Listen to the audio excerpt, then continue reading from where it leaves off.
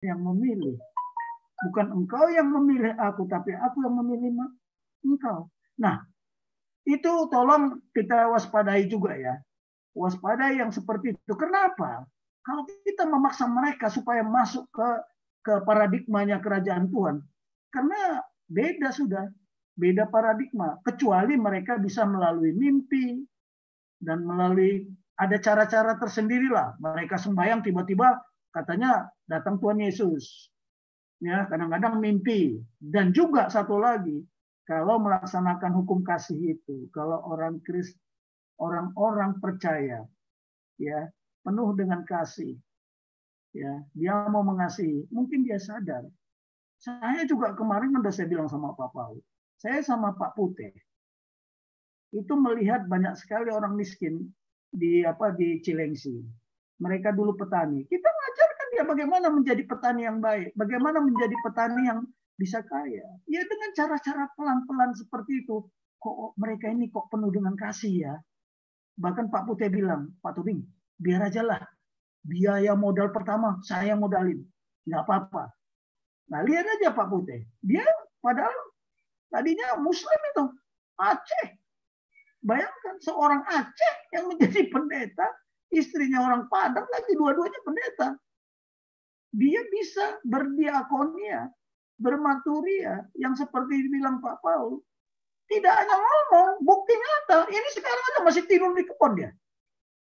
Nah yang saya mau sampaikan di sini, biarlah mereka ngomong apa kek terserah lah. Tapi kita tetap pada paradigma kerajaan Tuhan. Ya.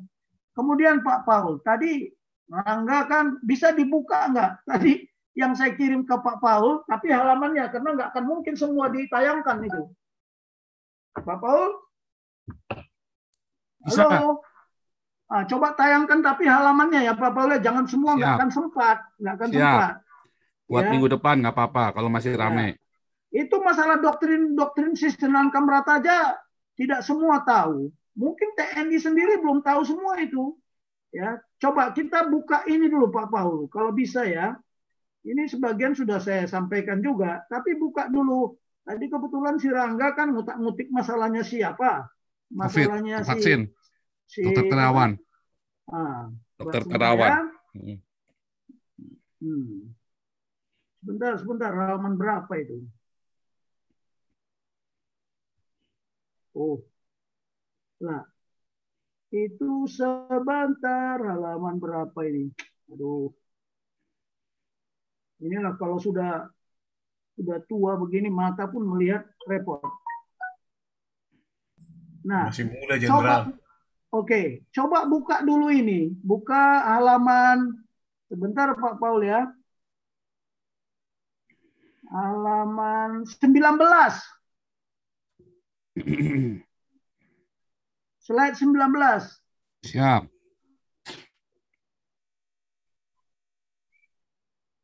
Ya. Nah, ini.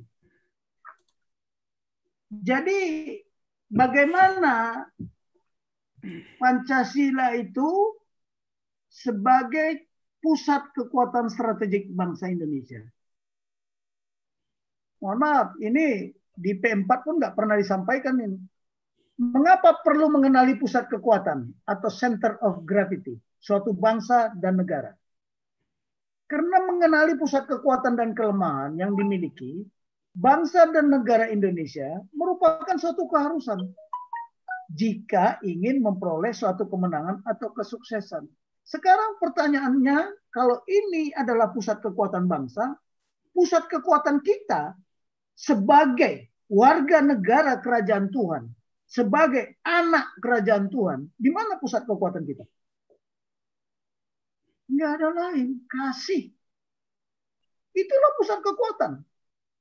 Kalau nggak percaya coba cek aja. Kasih itu lemah lembut. Lidah sama gigi, mana lebih kuat lidah sama gigi? Kalau kan gigi bisa ompong, lidahnya tetap aja. Yang lembut kan. Yang begini ini tidak dikenali pusat kekuatan bahwa Pancasila merupakan pusat kekuatan. Tapi kalau mereka kan lain. Takbir, itu pusat kekuatan dia. Nah, kalau kita tidak mengenali pusat kekuatan ini, ya hancur kita. Tapi kita tadi bicara ini sebagai warga negara kesatuan Republik Indonesia, tapi pusat kekuatan kita sebagai warga negara kerajaan Tuhan, ya nanti kita rumuskan sendiri. Ya para apologet, para pendeta merumuskan. Ya saya sedih ya, saya jujur aja. Anak-anak saya di rumah ini, cucu-cucu saya di rumah, kalau buka YouTube dia bilang, Pong, itu kok para pendeta sesat menyesatkan. Kalau mereka sesat menyesatkan, kita sesat nggak ya, Pong ya? Nah, saya kan nggak menjawabnya bagaimana coba. Oh udahlah, pusat kekuatan kita ada di Tuhan Yesus, ada di Roh Kudus, ada di Bapa yang di surga. Saya anak-anak saya nggak boleh panggil Bapa sama saya, panggil ayah. Makanya saya lagi mencari, karena saya juga manggil Bapak saya itu ayah. Kenapa dulu saya panggil ayah ya? Iya gitu loh. Nah ini juga masih saya cari. Nah, tapi kenapa kita harus mengenal pusat kekuatan kita? Kita sebagai warga negara Kesatuan Republik Indonesia, kita sebagai warga negara kerajaan surga. Tapi kalau sebagai warga negara kerajaan kegelapan, ya tanya aja sama setan pusat kekuatannya ada di mana kan gitu. Karena strategi mengajarkan, menghancurkan suatu bangsa negara adalah hancurkan pusat kekuatannya. Melalui apa? Melalui kelemahannya. Naikkan sedikit Pak Paul, dia bisa dilihat. Hancurkan pusat kekuatannya melalui kelemahan yang dimilikinya. Nah sekarang pertanyaannya, pusat kekuatan kita tuh ada di mana? Kemarin coba saya berpidato menggebu-gebu itu ketika saya mendirikan suatu sebagai pembina, mendeklarasi suatu organisasi Pancasila itu kan. Nah, pusat kekuatan, center of gravity ini doktrin ini ya, suatu bangsa nation. Sebelum kita merumuskan pusat kekuatan Indonesia itu sebaiknya ya itu tadi. Nah ini mau enggak sebentar dulu. Ini ya ini tadi ya. Oke. Nah ini ya. Terlebih dahulu perlu dipahami tentang apa? Pusat kekuatan suatu bangsa menurut siapa? Kalau Clausewitz itu adalah pakar strategi barat. Sementara kalau Sun Tzu pakar strategi Asia Timur. Ya. Kedua Grandmaster strategi ini mengingatkan kita harus mencari dan mengenal rumusan apa yang menjadi pusat kekuatan satu bangsa. Nah, bangsa ini nggak punya pusat, tidak mengenal dan tidak memelihara, apalagi membangun. Yang terjadi saat ini adalah konflik. Konflik menghancurkan pusat kekuatan. Kalau saya bilang ya, kita memberi kredit kepada siapa? Kepada calon lawan. Memberi kredit kepada siapa? Memberi kredit kepada setan. Memberi kredit ke sana. Kita debat sekarang ini. Karena kita ribut. Dia tiada tanpa akhir. Nah ini karena tidak mengenal pusat kekuatannya. Coba naikkan dulu Pak Paul. Ini saya nggak diajarkan ini di Pancasila. Sebenarnya harusnya diajarkan ini. Ya. Nah ini. Karakteristik. Nah itu. Capability. Locality from which a nation. Dia bilang dari suatu bangsa. Dia bilang apa? Karakter kita. Lah kembali ke jati diri bangsa. Jati diri bangsa ini apa? Ya Pancasila itu tadilah jati diri bangsa. Satu nusa, satu bangsa, satu bahasa persatuan, tidak satu agama. Jangan paksakan negara ini menjadi satu agama. Bubar. Saya yakin bubar. Nah ini apa? Dia membuat apa? Supaya memiliki kebebasan, freedom of action. Ya, baik physically, strength, and will to fight. Lah sekarang kebebasan action itu apa action? Kebebasan beribadah. Ibadah bukan action. Saya tanya. Lah kalau kita tidak diberikan kebebasan, wah repot lah. Padahal kebebasan yang kita ciptakan bukan kebebasan semena-mena, bebas sebebasnya tidak. Makanya kenapa kalau ditanya kepada ikan yang di laut sama ikan yang di sungai, hei ikan, kamu mau bebas enggak? Oh, dia mau bebas. Bebas dari apa? Kalau boleh dia hidup di darat. Tapi persoalannya dia nggak bisa bebas. Kenapa? Karena paradigmanya ya itu tadi. Ikan harus hidup di air. Yang memahami begini ini kurang kita ya. Saya juga nggak yakin elit-elit ini paham tentang ini. Karena siapa yang mengajarkan kepada mereka? Ini beruntung sebenarnya di apa ini ya. Tidak pernah diajarkan ini Pak Paul. Nah, karakteristik kemampuan. Nah, bicara karakter, itulah makanya Bung Karno bilang, nation and character building. Ciri-ciri orang Indonesia itu seperti apa karakteristiknya? Kita katanya sekian sekian suku bangsa, sekian agama, sekian pulau. Itu karakteristik kita. Nah, dengan karakteristik ini, musuh nggak bisa menghancurkan kita. Bayangin berapa tahun Nusantara ini dijajah ya. Memang kita tidak setuju dibilang Indonesia dijajah karena Indonesia belum ada waktu itu. Tapi kerajaan-kerajaan yang ada di bumi Nusantara ini kan dijajah. Karakteristik kemampuan itu makanya dulu gampang kita diadu domba.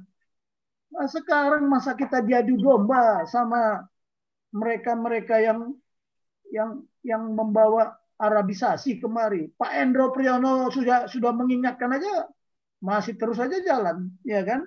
Nah ini lanjut Pak Paul, biar kita jelas nanti. Inilah definisinya ya, bukan menurut saya, karena mereka udah hebat-hebat dulu diakui dunia, makanya disebut Grandmaster. Naik lagi Pak Paul. Sudah. Naik Pak Paul. Ya, sudah. Sudah. Naik lagi. Iya, nomor 22 ini. Iya, tadi kan 21, sekarang 22. Oke. Kalau disebut pusat kekuatan apa? Pusat dari seluruh kekuatan dan gerakan yang seluruhnya tergantung kepadanya. Ya, kepadanya. Ya, nyanya itu apa? Di mana pada titik tersebut, ya, seluruh energi yang kita miliki seharusnya diarahkan. Lah kalau kita tanya sekarang, kita sebagai anak bangsa, di mana pusat kekuatan kita? Ya, di mana ada kekuatan dan gerakan? Kok malah kita ini diadu-adu antara Muslim dengan non-Muslim?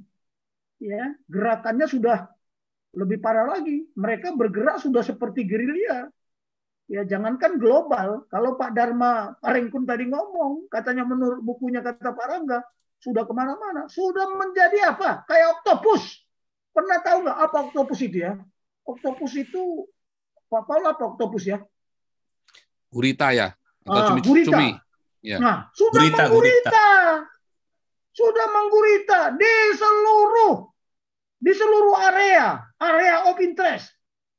Bayangan di ideologi sudah masuk, di politik sudah masuk, di ekonomi sudah masuk, di budaya sudah masuk, sudah menggurita. Nah, kepadanya, tergantung kepadanya. Lah kepada siapa? Nyanya itu yang mana gitu loh. Nah, kita buka lagi terus. Kita harus mencari apa itunya. Terus lanjut Pak Paul. Sun Tzu. Ya, slide berikutnya. Ya. Ya, slide berikutnya. 23 ini. Ini. Sun Tzu bilang apa? Mengingatkan kita untuk mengenali know yourself and know your enemy. Coba kalau kita sebagai warga negara kerajaan Tuhan, sudahkah kita mengenal diri kita? Anak Tuhan? Dan siapa lawan kita? Sudah pasti setan-setan itu kan. Ya kan? Pasti mereka yang tidak suka dengan Tuhan Yesus kan.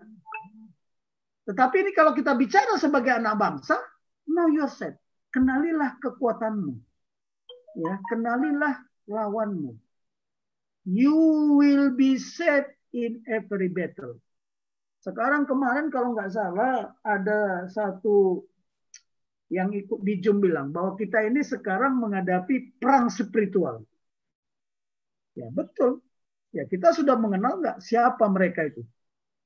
Nah, you may know yourself. Kita boleh tahu siapa kita. Ya.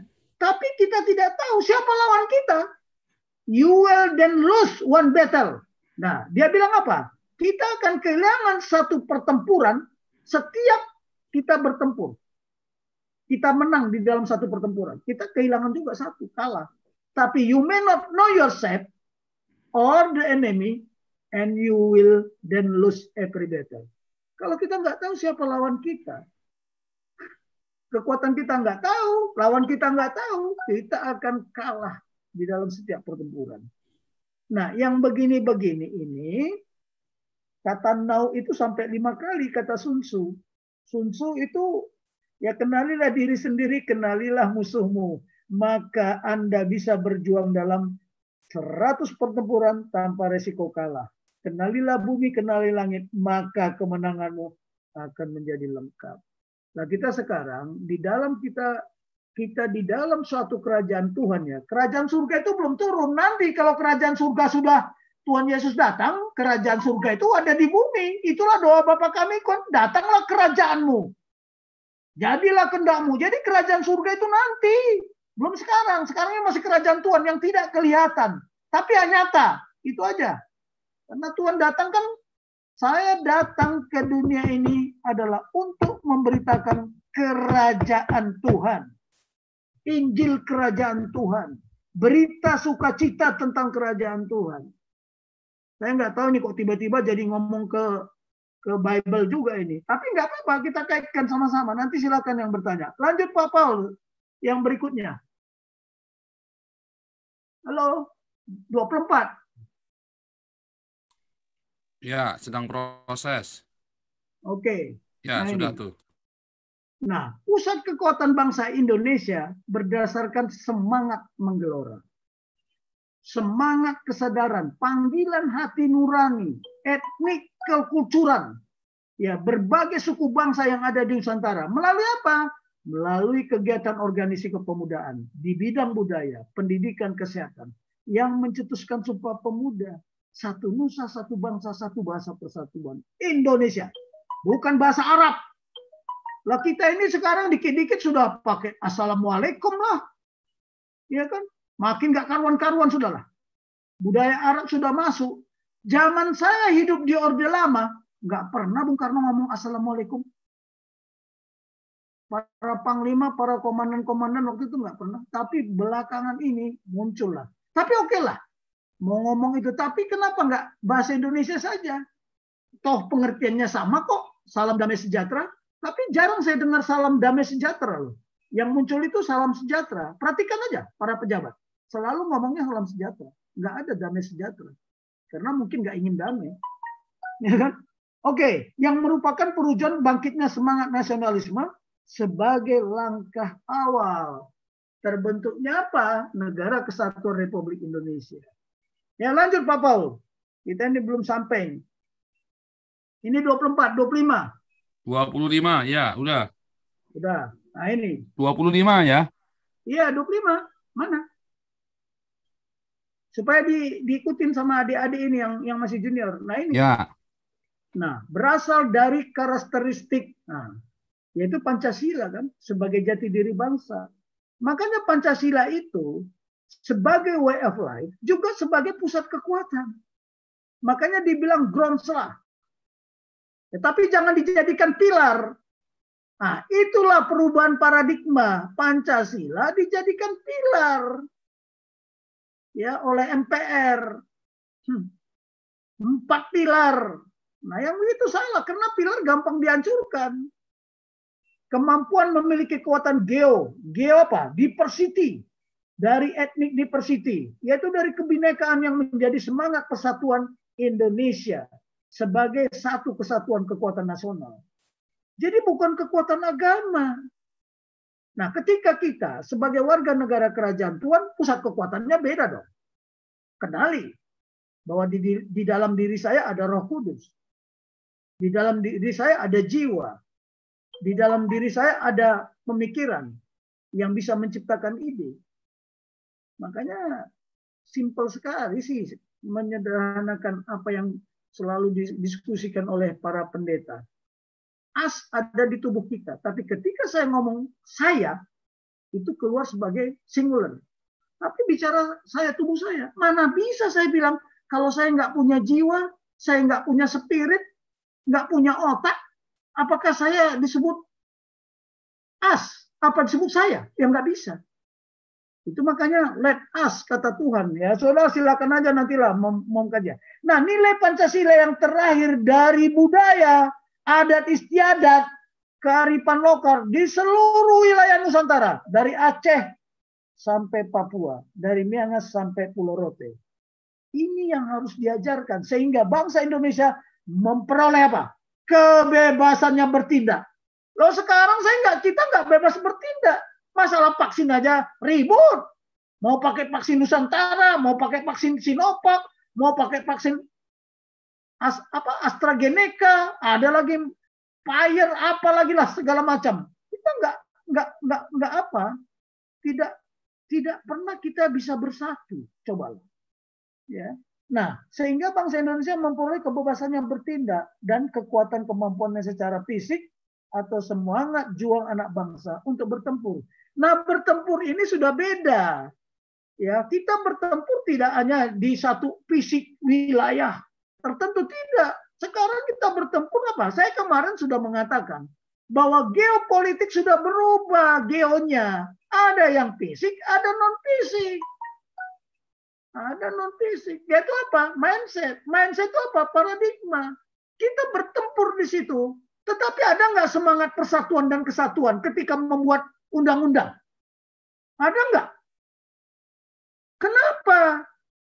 Kenapa nggak ada semangat persatuan dan kesatuan di dalam membuat undang-undang? Suka-suka yang kuat. Suka-suka yang punya kekuasaan. Bahkan itu mungkin pesanan. Pesanan dari siapa? Rekanan. Yang kita tidak tahu. Di mana mereka berkuasa, mereka bisa masuk. Kan gitu. Lihat aja sekarang. Aturan berubah terus. Ini sebentar lagi ada mau pergeseran paradigma. Presiden 3 periode. Ya kan? Ini hati-hati loh. Terjadi benturan. Nah, sekarang kembali kita harus buat semangat juang anak bangsa untuk bertempur. Kembali kalau kita bicara kita sebagai warga negara kerajaan Tuhan, bagaimana semangat juang anak-anak Tuhan. Dalam apa? Dalam melaksanakan hukum Tuhan. Kasihilah. Ya, ampunilah mereka. Ya sudah, itu aja caranya. Tapi semangat kita itu harus ada. Kalau sekarang saya lihat ini, Pak Paul ngomong gini, ada yang menyalahkan Pak Paul juga. Satu kepercayaan. Tapi ada yang mendukung. Nah sekarang yang benar yang mana? Nah kita bicara di wilayah, di ruang area of interest, area of responsibility di kerajaan Tuhan, ya kita nggak usah ngomong lah. Yang Kristen diam aja, nggak usah menyalahkan Pak Paul, diam aja sudah. Tapi ini komentar, diragukan teologinya Pak Paul, ya keliru juga dia. Dia nggak berani ngomong begini. Saya nggak menyalahkan lah. Ini kan karena ada reaksi, karena ada aksi kan. Itu hukum nggak itu? Aksi, ada reaksi. Nanti ada reaksi lagi. Ketika Pak Paul reaksi. Reaksi Pak Paul itu bukankah karena aksi mereka? Kalau saya ditanya, oh itu kan gara-gara ada aksi. Ada aksi, ada reaksi. Sekarang ada reaksi, silahkan aja. Tapi harus ada reaksi lagi dari kita. Kalau mau terus bertempur. Tapi apakah itu cara kita nanti untuk bertempur? Hati-hati. Using a smart power. Using a smart thinking. Ya, bagaimana kita menghadapi mereka, situasi sudah seperti ini. Ditambah lagi kita sekarang dalam keadaan kesulitan. Ya, di mana pandemik merajalela, ya COVID-nya sekarang sudah bermutasi, bukan COVID-19 lagi, vaksin pun sudah hampir kedaluarsa. Ini kita memang harus berpikir jauh lah ya, semangat persatuan dan kesatuan. Sudahlah, masa lalu itu beban, pikirkan ke depan seperti apa gitu loh. Nah ini coba, ini saya kaitkan ini kalau semangat juang anak bangsa Negara Kesatuan Republik Indonesia. Lanjut berikutnya Pak Paul. Sebentar lagi mungkin sudah mau selesai nih. Nanti biar kita bertanya jawab dulu lah. Ya.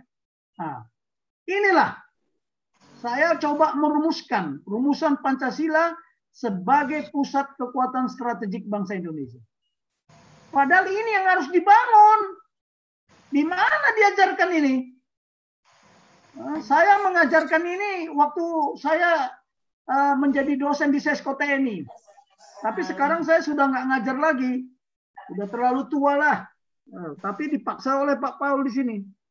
Jadi harus ada, ya, ada kepemimpinan negarawan berkarakter nasional keindonesiaan yang dapat menggunakan seluruh kekuatan dan kemampuan nasional, ya, serta semangat juang gitu loh.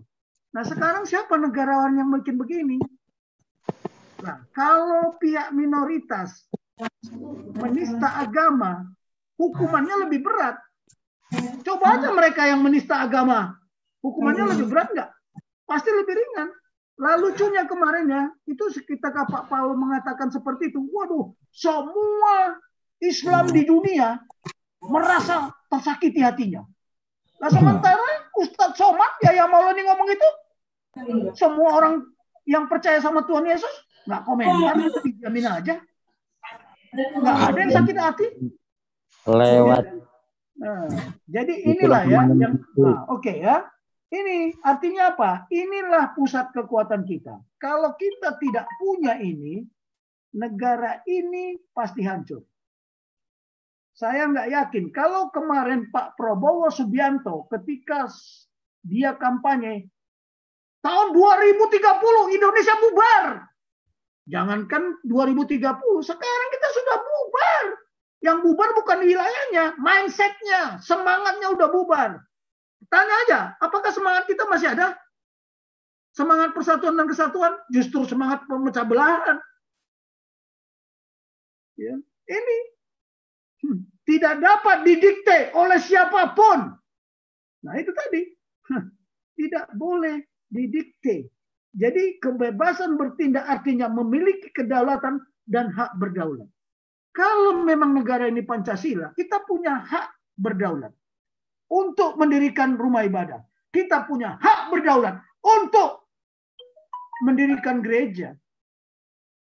Tidak boleh didikte oleh siapapun, aktor negara maupun aktor non-negara. Nah sekarang banyak bermainkan aktor non-negara. Saya kan udah bilang kemarin, bukan friksi war, friksi konflik amongst the people. Karena kita tidak dalam situasi perang. Kita bertempur sekarang, konflik. Antara perang dengan bertempur itu beda. Ya, beda. Perang itu antar negara. Kalau konflik ya bisa terjadi sesama anak bangsa. Konflik sudah pasti. Perang itu pasti konflik, tapi konflik belum tentu perang. Saya konflik dengan Pak Paujang, belum tentu saya perang dengan dia. Nah, yang paling berbahaya ini yang aktor bukan negara, yang kemarin sudah dibubarkan sama pemerintah. Tetapi ideologinya udah bubar belum? Mindsetnya udah bubar belum? Paradigma sudah bubar belum? Mana radikalisasi, deradikalisasi itu? Ini yang harus diajarkan. Tapi sampai nggak ini? Belum. Oke, lanjut. Itu sengaja saya bikin nama saya di situ. Kenapa? Memang saya yang menciptakan. Ya, oke. Lanjut, Pak Paul. Sudah. Lanjut. Udah habis. Oh, enggak, ini selanjutnya ini. Ya, coba. Enggak, ini sudah saya jelaskan nih. 27. Ini 27 ini. Mana 26? Ini 27 ini udah. Oh ya, di TV soalnya saya lihat. Oke lah. Nah, semangat persatuan dan kesatuan bangsa Indonesia merupakan apa? Kepemimpinan negarawan. Tapi berkarakter nasional keindonesiaan, bukan kepemimpinan nasional. Hati-hati loh ya. Sekarang yang banyak diomongin kepemimpinan nasional, kepemimpinan nasional. Kepemimpinan nasional yang mana? Keindonesiaan, kearab-araban, yang dapat menggunakan seluruh kekuatan dan kemampuan nasional, serta semangat juang anak bangsa di seluruh wilayah Indonesia. Guna apa? Guna memperoleh kebebasan bertindak untuk mempertahankan kedaulatan negara kesatuan Republik Indonesia. Inilah pusat kekuatan kita. Saya mengikuti P4, ini tidak pernah diajarkan. Dan ini tidak pernah dibangun. Itulah makanya nation and character building. Nah, pusat kekuatan kita di negara-negara modern ini adalah nasionalisme. Inilah yang disebut pusat kekuatan kita. Saya yakin universitas manapun tidak pernah mengajarkan ini. Saya boleh taruhan, oh ini saya yang rumuskan kok. Tapi saya merumuskan kata siapa? berdasarkan paradigma standar yang diajarkan siapa? Oleh Clausewitz sama Sun Tzu. Siapa sih yang bisa mengalahkan mereka? Makanya mereka disebut apa? Grandmaster strategi. Diakui dan dua-dua sekarang dipelajari oleh negara-negara adidaya. Itu buku itu wajib baca, buku mereka itu. Saya ke Amerika, saya lihat Amerika udah mau pelajari Sun Tzu. Ya, wajib baca bagi para perwiranya. Nah, sementara kita enggak. Nah, sekarang kita punya enggak? Punya enggak? Kita punya. Yang itulah yang disebut apa? Doktrin-doktrin nanti kita lihat. Doktrin pertahanan negara, ya apa? Doktrin pertahanan keamanan rakyat semesta itu. Nanti kita buka juga itu. Oke, inilah tentang pusat kekuatan. Ya, tolong sampai di sini dulu ya, Pak Paul ya. Ya. Oke, Supaya jangan silakan. terlalu Kalau berat. tanya jawab, karena ada kaitan dengan Pancasila di situ. Iya, oke. Kita lanjut dulu ini ya, Pak Tambunan, Lembah Efron, sama alap-alap susu Raja Wali. Oke, Pak Tambunan dulu, silakan. Tadi saya kelewat. Oh iya, Pak Gajah Mada. Lu tadi kan Pak Gajah Mada dulu nih harusnya ya, Pak Gajah Mada ya, saya silakan. dulu, saya tadi ketendang. Ya, Gajah Mada dulu tadi. Ya, sorry Pak Tambunan, ini Pak Gajah Mada dulu, silakan. Saya terakhir aja, Pak. Oke, ini Pak Gajah Mada dulu. Salam atau Rahayu. Rahayu. Rahayu. Jadi supaya sejalan dengan Pak Jenderal tadi ya. Soal Assalamualaikum. Jadi seharusnya sebaiknya bangsa Indonesia, orang Kristennya bilangnya Rahayu atau Horas ya. Bagaimana? Iya, Rahayu dong. Ya, yang Horas. Ya, jadi memang harus nasionalis ya, harus lebih lokal. Kita bukan jadi orang Kristen menjadi seperti orang Yahudi atau yang Muslim menjadi seperti orang Arab. Tadi mungkin Pak Jenderal mengatakan mengenai proksi konflik ya. Sementara saya duluan dikuliahi oleh mata kuliahnya Pak Gatot, Jenderal Gatot Nurmantio ya. Proxy war. Baru jelas jadi mengenai proxy war bedanya dengan, buat saya itu sudah beberapa kali dengar baru jelas sekarang nih. Proxy war bedanya dengan proxy konflik. Tidak semua konflik itu adalah perang. Mungkin barangkali benar ya. Mungkin barangkali benar bahwa memang ini sedang proxy war ya di Indonesia. Jadi mungkin ini merujuk juga kepada Pastor Paul ya. Apakah terkait politik yang kenapa di rise up gitu ya? Mungkin ada juga ya. Karena Kapolrinya Kristen atau karena akan ada reshuffle kabinet dalam minggu-minggu terakhir ke depan. Harusnya katanya minggu kemarin, tapi katanya minggu-minggu ini. Lihat aja nanti ya. Karena memang tanpa reshuffle kabinet Jokowi yang banyak diisi oleh kepentingan koalisi parpol, maka seperti yang saya sudah sampaikan, bahwa ada COVID, tidak ada COVID di Indonesia, maka pertumbuhan ekonomi cenderung menurun. Karena nggak maksimal. Kelebihan Indonesia itu digunakan. Contoh ya misalnya, waktu itu saya katakan, Indonesia itu negara agraris, tapi justru kita banyak impor terhadap komoditas pangan. Kan itu sebenarnya nggak masuk akal. Lalu mengenai terorisme atau radikalisme, setahu saya dari sejak bom Natal tahun 2000 sampai bom Bali bom lagi di Gereja Makassar itu di tahun 2021 udah 20 tahun lebih. Setidaknya menurut saya 20 tahun ya. Sepertinya bom tidak pernah berhenti sampai generasi selanjutnya ke depan.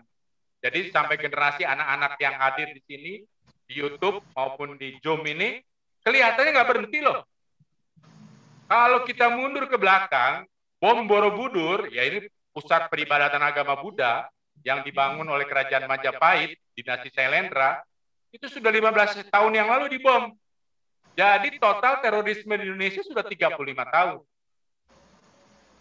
Perang terhadap terorisme agama adalah tugas sebanyak pihak, baik lokal maupun internasional, termasuk para pendeta, ulama, ormas, Densus 88, BNPT, Detasemen Anti Teror. Ini tugasnya sebenarnya sampai internasional. Amerika Serikat sendiri mengklaim sudah keluar $1 triliun atau Kalau dirupiahkan 14.565 triliun.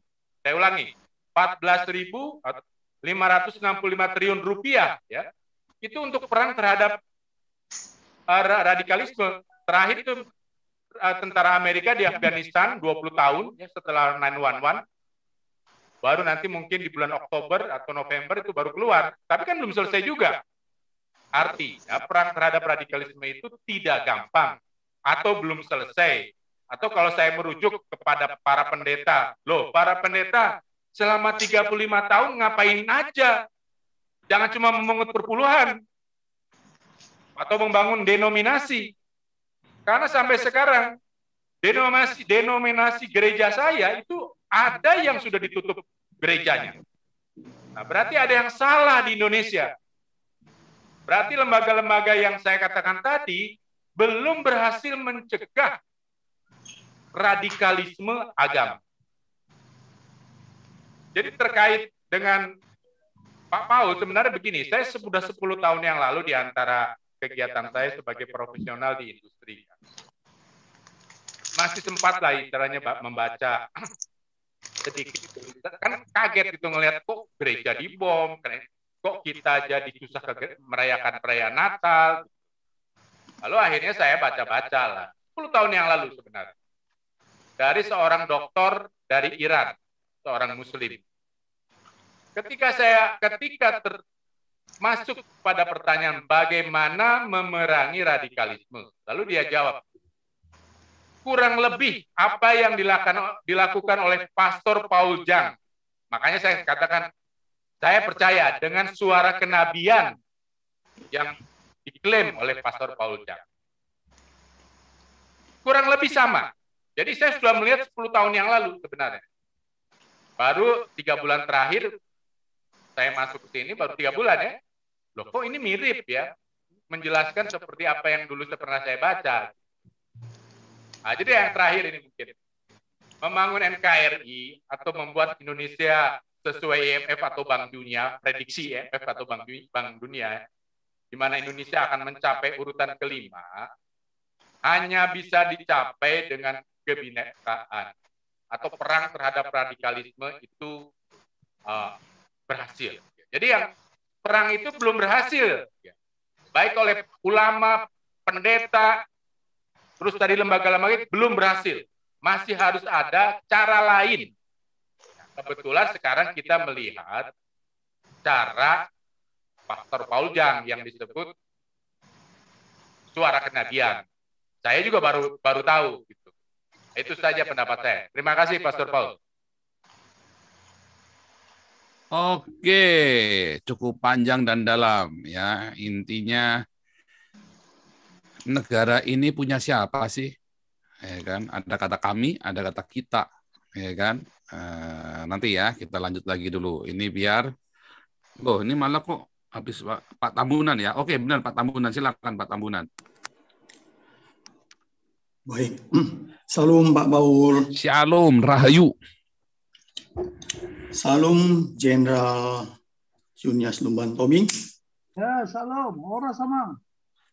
Oras, salam juga buat teman-teman saudara-saudara yang seiman yang hadir pada acara malam ini.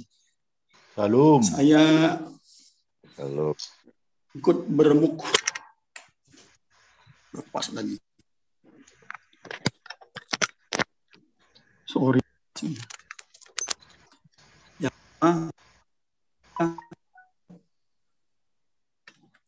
Halo. Lanjut. Kedengaran enggak? Lanjut Pak. Kalau tidak ada komplain berarti baik-baik saja. Baik. Pusat kekuatan bangsa kita itu sudah jelas adalah nasionalisme, persatuan dan kesatuan bangsa yang diikat kuat dengan ideologi Pancasila. Hanya masalahnya sekarang ini kita mengalami krisis, setidaknya Pancagatra yang tadi dikatakan oleh Jenderal Tobing, baik ideologi, politik, ekonomi, sosial, budaya, pertahanan, dan keamanan. Ini multikrisis. Nah, multikrisis ini sudah pernah beberapa kali saya sampaikan disebabkan oleh karena krisis mentalitas, moralitas, nasionalisme, idealisme, dan disiplin. Nah, pertanyaannya, apakah pemerintah termasuk DPR RI menyadari kondisi ini? Ini pertanyaan. Soalnya mereka itu cuek-cuek saja. Ya, saya katakan cuek-cuek. Benar cuek mereka itu. Sehingga kita patut pertanyakan juga, ya, mengapa sampai hari ini tidak ada pergeseran perubahan yang signifikan terhadap krisis tersebut. Kita sudah merasakan secara real suasana tidak kondusif. Negara ini penuh dengan kemunafikan, ketidakjujuran, intoleransi, diskriminasi, atau ketidakadilan. Radikalisme dan terorisme tidak pernah bisa diberantas tuntas sampai ke akarnya. Sementara arus untuk memberlakukan hukum syariat di negeri ini makin kencang. Sangat kencang. Jadi kita patut pertanyakan, kalau saya secara pribadi sebenarnya patut mempertanyakan para pejabat kita, terutama dari pemerintah dan juga ya para elit ya, terhadap ya keberadaan radikalisme dan terorisme ini. Apakah mereka ini mendukung atau bagaimana? Ini harus kita pertanyakan. Alasan dikemukakan masalah ini adalah yang saya katakan tadi. Pertama, sejak tahun 1949 radikalisme keagamaan ya dan terorisme tidak pernah berhenti di negeri ini. Meskipun pemerintah sudah bolak-balik mengeluarkan kebijakan atau instruksi. Yang kedua, makin banyak pendukung dan simpatisannya di tanah air ini. Yang ketiga, makin banyak tersebar di berbagai sektor di negeri ini. Kemudian yang jelas sebagaimana yang pernah disampaikan oleh anggota DPR dari fraksi PDIP, Saudara Hasanuddin, yang mengatakan bahwa deradikalisasi gagal. Sementara dana yang dihabiskan sudah triliunan. Waduh, luar biasa dana yang dikeluarkan untuk radikalisme, deradikalisme, dan terorisme itu triliunan. Kemudian yang berikutnya, selalu ada kendala ketika ada rencana pelibatan TNI. Selalu ada kendala. Kemudian yang keenam, terorisme masih dianggap tindakan kriminal atau katakanlah kriminal luar biasa, dan penanggulangannya dengan pendekatan hukum. Instrumennya pasti polisi. Karena penegakan hukum polisi itu domainnya mereka. Nah, kemudian lagi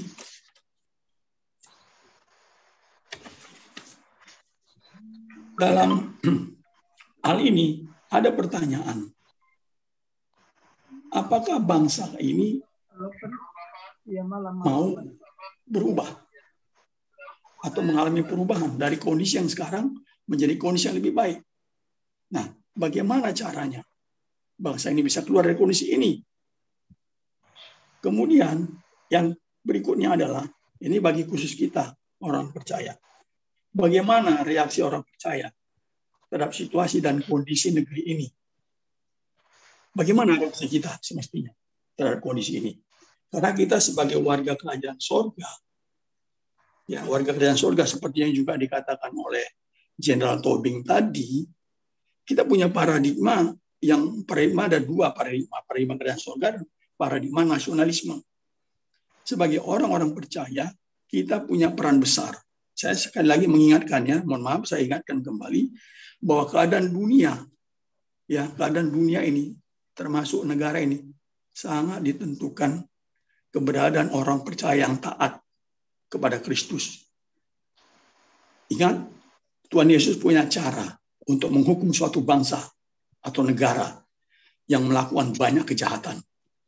Jadi negara-negara yang banyak melakukan kejahatan, yang seperti saya katakan tadi, diskriminasi, intoleransi, dan segala macamnya itu Tuhan tidak diam. Tuhan bereaksi. Reaksi Tuhan tidak bisa dilihat oleh mata, tetapi hasilnya nyata. Itu terjadi di negara ini. Jadi ini harus dipercaya orang percaya bahwa kondisi negara ini akibat dosa, ya, akibat melawan Tuhan. Yesus itu Tuhan yang Maha Kuasa. Dia pasti bertindak, tidak mungkin diam. Nah, oleh karena itu tadi yang saya katakan, bagaimana reaksi orang percaya? Bagi saya, orang percaya itu pertama adalah harus tetap meneguhkan iman. Terus berdoa, lakukan peperangan rohani. Karena negara ini dibelenggu oleh roh Babel, roh antikris. Bahkan roh ini menguasai dan mengendalikan. Ya, mengendalikan saya katakan. Makanya coba lihat aja kejahatan-kejahatan tidak berhenti. Karena dikendalikan. Sementara orang percaya tidak mau berperang rohani. Kita harus berperang rohani. Yang berikutnya adalah kita melakukan bagian kita sebagai warga kerajaan sorga sudah jelas. Sebagai warga kerajaan dunia ini atau sebagai warga negara Indonesia, kita harus memberikan kontribusi yang konkret. Ikut memberi kontribusi membangun negara. Setidak-tidaknya kita jangan melanggar hukum. Itu sikap dan tindakan kita harus dilandasi oleh norma. Aturan yang berlaku di negara ini. Kita harus jadi terang, jadi garang. Jadi jangan bersifat munafik. Banyak orang Kristen munafik. Terus terang saja. Dari peristiwa yang terjadi terhadap Pak Paul. Waduh, banyak sekali orang Kristen munafik. Munafik, saya bilang. Munafik, sangat munafik. Seolah-olah mereka itu malaikat-malaikat. Padahal orang berdosa. Saya udah nonton beberapa video itu. Jahat sekali. Nah, jadi saya sangat setuju dengan apa yang disampaikan oleh Jenderal Tobing. Ini tidak akan pernah ada yang bisa menyampaikan. Satu-satunya yang bisa menyampaikan dan pernah menyampaikan hanya dia adalah Junior Tobing. Kiranya bagi kita orang percaya juga harus memahami ini dan bisa jadi pegangan juga dalam melakukan langkah-langkah sebagai warga negara. Kita tetap mempertahankan nasionalisme, tetap berpegang sama ideologi bangsa dan mempraktekkan itu dalam kehidupan kita ini. Sehingga kita berbeda dengan mereka-mereka yang selama kita tahu yang merusak negara. Negara ini makin hari makin rusak oleh mereka yang berpandangan radikal, yang berideologi radikal, yang juga mendukung ideologi radikal tersebut. Saya kira itu dulu yang bisa saya sampaikan. Terima kasih, Tuhan memberkati. Oke, ya. Selanjutnya jangan terlalu panjang ya ini karena nantinya kan banyak. Anda ini dicatat dulu yang mau disampaikan, tanggapan atau saya mau sharing, karena waktunya 2 menit. Jadi dicatat dulu poinnya supaya nggak melebar, karena nanti yang antri kasihan yang lain. Gitu ya. Nanti kita baru tanggapi yang punya Pak Gajah Mada dengan Pak Tambunan nanti setelah Pak Alap-Alap ya. Setelah Pak Alap-Alap, setelah Susu Raja Wali. Silakan Lembah Efron. Shalom Pak Paul. Ya, shalom. Saudara terkasih dalam Tuhan. Udah lama nih saya baru masuk lagi Pak Paul. Iya, haleluya. Iya. Pak Paul 2 menit ya waktu saya. Jadi mungkin saya cepat saja nanti. Jadi yang pertama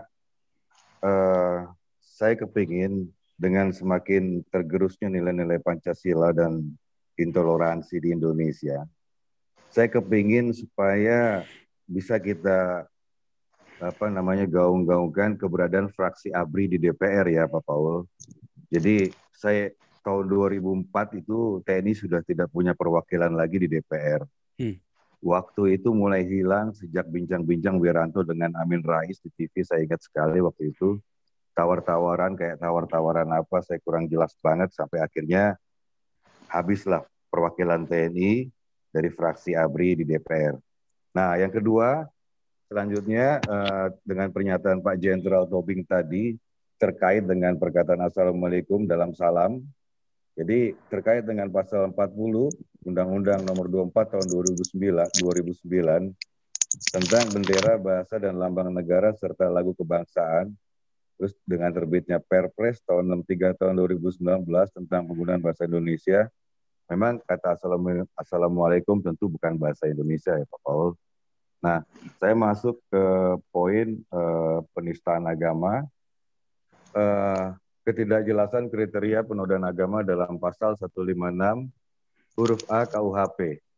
Jadi semakin persoalan ini semakin mendiskreditkan kita ya, umat Kristen. Kita bisa melihat contoh di Tanjung Balai ya, dengan keberadaan seorang ibu itu yang dihukum 1 tahun 6 bulan gara-gara protes soal pengeras suara masjid yang dinilai terlalu keras.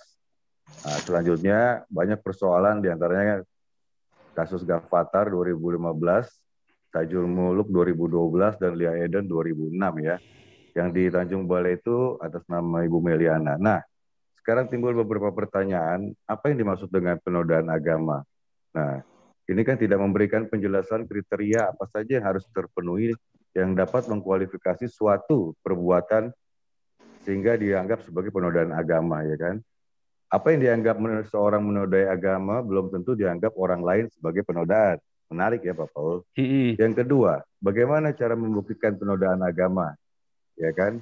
Siapa yang punya otoritas untuk menentukan penodaan agama, mengingat masing-masing ahli agama boleh jadi berbeda pendapat. Menarik. Sekarang masalah non-analogi. Penafsiran secara analogi tentu nggak boleh digunakan dalam menafsirkan hukum pidana. Ya kan?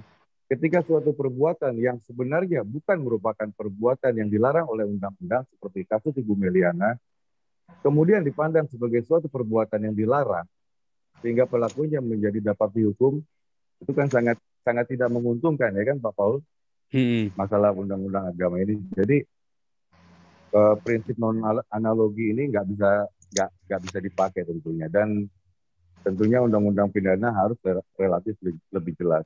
Nah, selanjutnya Pak Paul, saya kepingin supaya para YouTuber kita bisa mengangkat 4 hal saja. Yang pertama, tokoh penista Kristen ya Pak Paul, itu harus sering diangkat. Kemudian pelarangan ibadah. Terus selanjutnya, ini Pak Paul yang jarang nggak pernah dibahas nih, sekolah negeri yang nggak ada guru agama Kristen Pak Paul. Ternyata di beberapa daerah di Indonesia itu di sekolah negerinya tidak menyediakan guru agama Kristen. Menariknya, mereka bisa menaik kelas dengan mengikuti ajaran agama lain Pak Paul. Jadi di rapotnya ditulis agama tertentu. Diprotes bagaimanapun nggak bisa oleh guru BP-nya. Jadi mungkin dari saya itu aja Pak Paul. Saya mendukung Pak Paul atas nama ketidakadilan beragama di Indonesia karena situasi yang kurang baik di Indonesia. Maju terus, Laskar Kristus, Tuhan Yesus memberkati Pak Paul. Amin. Amin. Shalom. Oke. Shalom. Oke, Alap, silakan. Shalom, Rahayu. Shalom, Rahayu. Oke, yang pertama untuk Pak Paul. Jangan gentar Pak Paul. Amin. Haleluya. Tetap tegak. Terus terang,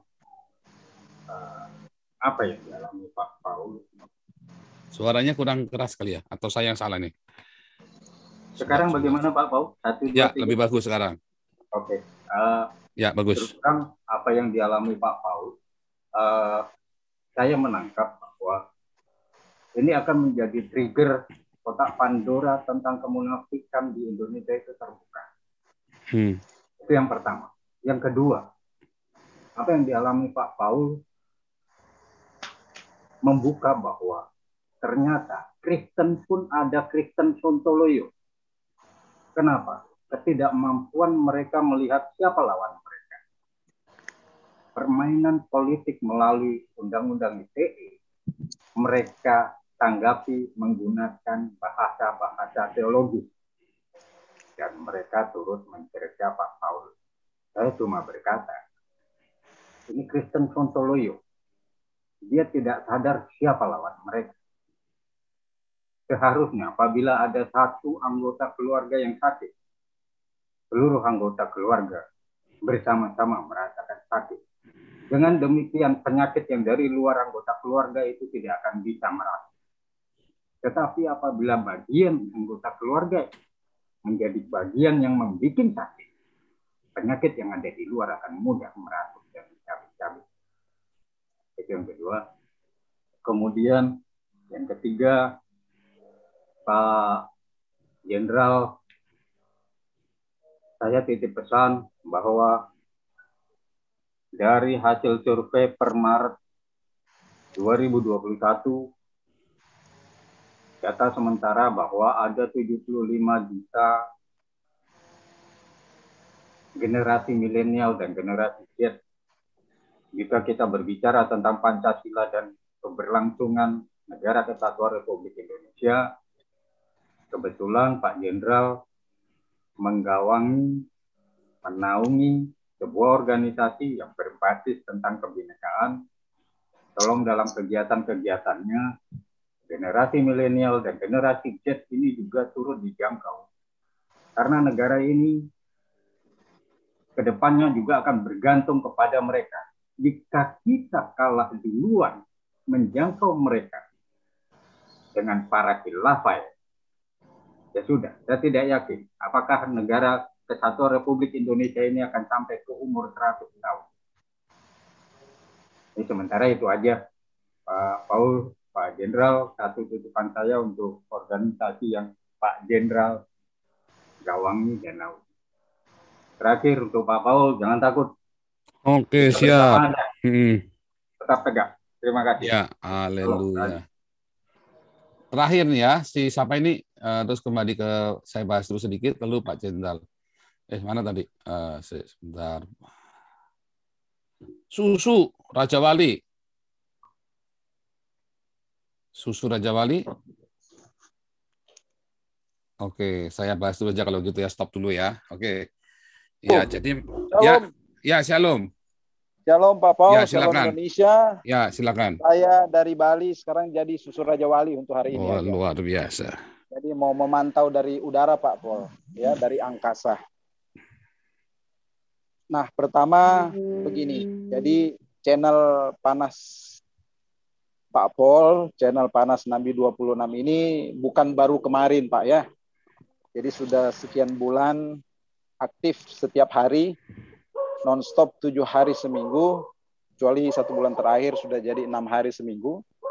Tidak lain dan tidak bukan adalah untuk menghadapi musuh kita bersama, yaitu paham dan ideologi khilafah yang merongrong kesatuan negara kesatuan Republik Indonesia. Tidak bisa ditutup mata, tidak bisa dipungkiri bahwa itulah yang diemban oleh suara kenabian dari Pak Paul. Jadi apapun yang terjadi sekarang, nah ini adalah reaksi yang muncul dari aksi yang sudah terjadi sekian lama yang dialami oleh sesama anak bangsa, yaitu ketidakadilan yang dialami oleh umat pemeluk agama yang sah di negara kesatuan Republik Indonesia.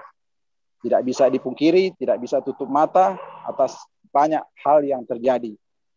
Sampai hari ini GKI Yasmin tetap tidak bisa dibuka. Ya, minggu terakhir ini gereja di Jombang ditutup. Ya, berapa banyak para ustadz mu'alaf, ya, YouTuber Islam yang mencaci maki, menghina, menistakan, ya, mengolok-olok Tuhan Yesus Kristus, yaitu Tuhan yang kita sembah. Tetapi apa yang terjadi? Ya, sudah terlalu banyak bukti. Pak Saifuddin Ibrahim, Pak Rusli Monoarfa, siapapun, ya, Pak Ahok, nah yang terakhir ditimpa Pak Joseph Polsang, apapun yang ada, siapapun yang mendengar siaran ini, mari kita membuka mata, ya. Dan topeng-topeng menafikan yang ada, hanya waktu yang berbicara saat ini. Jadi mari kita suarakan bersama suara kebenaran, agar supaya apa? Agar negara kesatuan Republik Indonesia tetap bersatu, ya, tetap utuh seperti para pendiri bangsa impikan, ya, ketika mereka membangun negeri tercinta Republik Indonesia. Itu saja Pak Paul. Tentunya apapun yang sedang dihadapi, firman Tuhan berkata, setiap pemberitaan kasih karuniaku, aku sendirilah yang menguatkan pemberitaan-pemberitaan itu. Tetap maju Pak Paul, Tuhan Yesus memberkati. Shalom. Shalom, haleluya, luar biasa ini. Oke, jadi ya benar tadi ya, Susu Raja Wali. Memang seperti yang saya awal katakan tadi ya, sebenarnya kan yang apa yang kita perbuat ini, som kita ini yang dari Joseph Paul Sang itu ya, som Joseph Paul Sang adalah sebuah kritik, sebuah som apologetika. Nah, ketika kita berapologetika, maka kita kan berbenturan dengan orang-orang Islam yang adalah mayoritas. Dan kita melihat ketika orang-orang Islam ini berapologetika, kita menunjukkan kepada mereka fakta-faktanya, ya kan, buah-buah dari Islam itu. Jadi ketika mereka berkata ini itu, ya kita, nah ini yang kenyataannya begini yang terjadi, ya kan. Nah, ketidakadilan itu kan memang kita munculkan, kita tunjukkan. Nah, jawabannya kan selalu kalau memang mereka salah pasti sudah ditangkap polisi, nah, kan begitu kan. Sedangkan kata-kata mereka, apa yang saya ucapkan kan sama persis dengan kata-katanya Abdul Somad, Yaya Waloni, si Tengku Usul itu kan, si Tengku satu itu kan, Tengku Biadab itu kan. Tengku Aseng. Apa? Tengku Usul itu loh. Tengku Usul siapa itu yang MUI itu loh. Tengku Usul siapa itu? Tengku Usul MUI itu ya, saya lupa namanya. Zulkarnain. Zulkarnain. Habib Rizik. Nah, Habib Rizik ini kan ditangkapnya kan kasus lain, ya kan? Nah, bukan masalah penistaan agamanya dia. Yang dia mau bilang mau bunuh pendeta, mana? Nggak ditangkap-tangkap, dia masih bebas berkeliaran. Begitu dia cerita kemarin habis gonjang-ganjing baru dia kabur. Itu pun kaburnya kan bukan karena masalah penistaan agama dia, ya kan? Betul. Nah, jadi apa yang menjadi masalah apa? Yaitu, jadi tadi Pak Jendra sudah bilang di awal, hukum itu yang punya siapa sekarang? Indonesia itu punya kami atau punya kita? Apakah pernah orang Indonesia menganggap, orang pribumi Indonesia menganggap yang double minoritas kayak saya ini adalah orang Indonesia? Pernah nggak dianggap? Belum tentu loh. Sebagian mungkin ada yang bisa. Tetapi kalau kita lihat dari kasusnya Ahok, beramai-ramai begitu, bunuh Ahok sekarang juga. Oh, itu kalau di Jerman, kalau di Eropa, kalau ya di seluruh Eropa lah saya kira ya, bukan cuma di Jerman doang. Oh, itu udah ditangkap itu orang tuanya itu. Tapi kan kalau di Indonesia dibiarin. Kenapa? Karena hukum itu bukan Pancasila. Penjaga kita itu bukan Pancasila, bukan UUD 45. Penjaganya itu apa? Islam. Ya kan? Kan sebenarnya kan kelihatan dari Facebook, dari media sosial kita sering debat. Indonesia merdeka karena Islam, karena Allahu Akbar. Nah, itu kan berkali-kali diungkapkan begitu. Bullshit, Indonesia merdeka karena orang Yahudi. Kalau orang Yahudi tidak ciptakan bom atom terus ngebom Hiroshima Nagasaki, Indonesia masih jadi, mungkin ibu-ibu kalian masih jadi gaisanya Jepang. Iya, Jepang tak menyerah. Masih jadi gaisanya Jepang lah. Iya, Ibu-ibunya betul. kalian. Ibunya Tengku Usul itu jadi gaisanya Jepang. Ya kan? Ibunya si Gus Yakut masih jadi gaisanya Jepang. Untung orang Yahudi itu menciptain bom atom sehingga diledakkan itu Hiroshima Nagasaki, maka Jepang nyerah. Langsung nyerah. Sekarang kalau Jepang nyerahkannya ke Belanda, ayo, mampus dah. Untung nyerahkannya ke Soekarno. Ya kan? Nah, jadi apakah karena Allahu Akbar? Enggak. Bukan karena orang Yahudi, udah jelas, ya kan? Nah, itu. Makanya kemarin kan kita belajar juga Pak Jenderal. Apakah Sumpah Pemuda itu pergerakan politik? Bukan, itu pergerakan sosial. Apakah Allahu Akbar? Nggak ada. Begitu Allahu Akbar, orang Indonesia Timur pasti pada pulang semua, orang Manado pulang. Ya. Pasti pulang, mereka nggak mau Allahu Akbar. Apa nih? Pulang. Pasti pulang lah. Jadi apakah Allahu Akbar? Ya nggak ada lah. Ya kan? Nggak bisa. Jadi Indonesia merdeka bukan karena Allahu Akbar. Tetapi itu kemudian diklaim. Untuk apa? Dan diframingkan ke seluruh orang. Bahkan waktu saya sekolah pun dulu, diframingkan karena Allahu Akbar. Selalu begitu. Guru-guru kita pun mengajarkan seperti itu. Nah, itu yang membuat apa? Anak-anak pun akhirnya, oh ini negara ini punya orang Islam. Berapa banyak orang-orang Tionghoa di Indonesia lagi jalan diludahin. Begitu ketemu, wah Cina.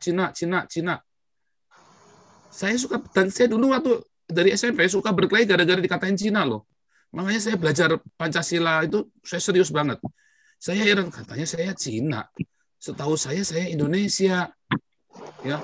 Waktu saya SD, saya tinggal di desa. Wah, berapa banyak saya berkelahi gara-gara di Cina-Cina. Saya kejar. Waktu SMP, dikeroyok saya kalau berkelahi. Ya kan? Cina, dikeroyok saya langsung. Nah, sama kan? Begitu saya udah SMP kelas 3, saya lahir baru kan. Saya udah baptis Roh Kudus, saya ngerti pelayanan. Wah, saya udah mulai saya jauhin tuh teman-teman yang begitu Cina-Cina, saya diam. Terus saya banyak injili mereka juga. Beberapa ada yang sudah saya bawa kepada Tuhan Yesus. Tetapi ini ya, bukan saya baptis ya, tapi karena dulu kan saya juga nggak ngerti. Jadi saya cuman mereka kenalin, terus ada 1-2 lah saya bawa, nggak banyak dulu kan, karena kita juga nggak tahu kan. Ada teman-teman saya yang nggak percaya Tuhan, tapi dia dari agama bukan Kristen lah. Nah, saya juga bukan Islam juga, terus saya bawa juga. Jadi mulai SMP itu saya mulai jarang, udah jarang yang panas-panas begitu. Saya minggir saya. Setiap kali kita memberitakan Injil di jalan, saya pernah mau digamparin dan dipanggilnya apa? Cina kau. Nah, Cina kau dulu. Loh, saya Indonesia. Kamu belum tentu mendoakan Indonesia kayak saya. Saya tiap Senin pasti upacara bendera, nggak pernah bolos. Karena saya bilang saya cinta Indonesia. Kamu belum tentu. Hari ini saya balik lagi. YouTuber mana yang tiap Denny Siregar pun enggak, yang tiap minggu kuliah Pancasila, mengajarkan kalian Pancasila, nilai-nilai ini. Cuman di sini doang. Ya memang karena Pak Jenda juga maunya ke sini, nggak mau ke tempat lain juga. Kenapa yang lain enggak? Ya belum tentu berani juga begitu cerita Pancasila. Berarti kan ada kepentingan-kepentingan yang lain yang harus dirontokkan, ya kan? Tante-tante sange tadi itu kan, tante-tante sange kekuasaan yang haus dipuaskan oleh gigolo kekuasaan itu kan. Nah, makanya nggak ada yang mungkin ada yang sepandai Pak Jenda, banyak yang pandai seperti Pak Jenda belum tentu berani ngomong atau belum tentu dia mau ngomong. Karena ada kepentingan-kepentingan lain. Makanya saya bilang, ini semua itu ujungnya politik. Saya tidak berpolitik. Saya sedang berapologia. Saya sedang memberitakan kebenaran. Ujung-ujungnya akhirnya ke sana dibawa. Karena memang Islam tidak akan jauh dari politik. Nah, akhirnya hukum ini punya siapa? Punya kami atau punya kita? Kalau katanya punya kami, ya saya wajar kalau Anda marah-marah ketika saya bilang saya Nabi ke-26. Yang saya heran, orang Kristen marah ketika saya bilang Nabi ke-26. Nah, itu kan berarti kan kalian bodoh, pendetamu bodoh berarti kan. Nah, itu kan. Nah, kedua, kalau saya bilang saya Nabi ke-26 terus Anda bilang saya sesat, ya kan? Berarti kenapa Anda nggak bilang Nabi ke-25 itu sesat? Kan bertanya seperti itu. Orang Kristen bilang kayak tadi pagi ya, saya ada tatar itu anak-anak muda yang bodoh-bodoh itu kan. Kalau kamu bilangin saya Nabi ke-26, kamu bilang saya sesat, mengapa kamu tidak kasih tahu ke orang Islam bahwa Nabi ke-25 sesat? Loh, karena Islam itu diakui oleh Indonesia. Nah, kamu kan belum. Nah, berarti kamu itu lebih biadab dari orang Islam, kalian itu. Kenapa? Karena kalian menganggap orang lain yang agamanya tidak diakui oleh Indonesia, itu boleh disesat-sesatkan. Nah, Islam itu sama. Ahmadiyah dibunuh, dibantai. Ya kan? Terus Gavatar diganyang begitu rupa. Nah, sekarang saya Nabi ke-26, ya kan? Terus kalian bilang saya sesat. Kenapa kamu nggak bilang Muhammad? Kan terus kamu bilang karena saya minoritas. Wah, itulah dia. Kalian lebih biadab dari orang Islam. Mulut kalian ceritanya Tuhan, hatimu busuk semua. Kalau di Eropa, ya, minoritas semua dihargai. Ahmadiyah di sini masjidnya paling gede. Ahmadiyah paling gede loh. Ya. Orang Syiah, orang Sunni, mereka di sini rukun. Bagaimana nggak rukun? Orang di campnya satu kamar kok. Satu kamar bagi kulkas. Orang dari Cina, teman saya kemarin cerita ya, yang saya baptis itu yang pernah saya cerita. Dia makan babi. Temennya nggak makan babi. Ya mereka sharing lemari es. Dan di kulkas. Ayo, mau gimana? Nah, pertama memang ada konflik, tapi lama-lama ya mau gimana lagi? Masa mau pulang ke Suriah? Masa mau pulang ke Arab? Masa mau pulang ke Yaman? Ya kan? Kalau orang di sini kan tenang-tenang aja ya. Gue doyan makan babi lagi mana? Orang-orang dari komunis ini, RRC yang lari dari komunis kan. Gue doyan babi. Masa gue nggak makan babi di sini? Ntar gue goblok lagi nggak makan babi. Ya bilang gitu kan. Dan babi paling murah di sini. Daging babi itu paling murah dibanding dengan ayam atau daging lainnya.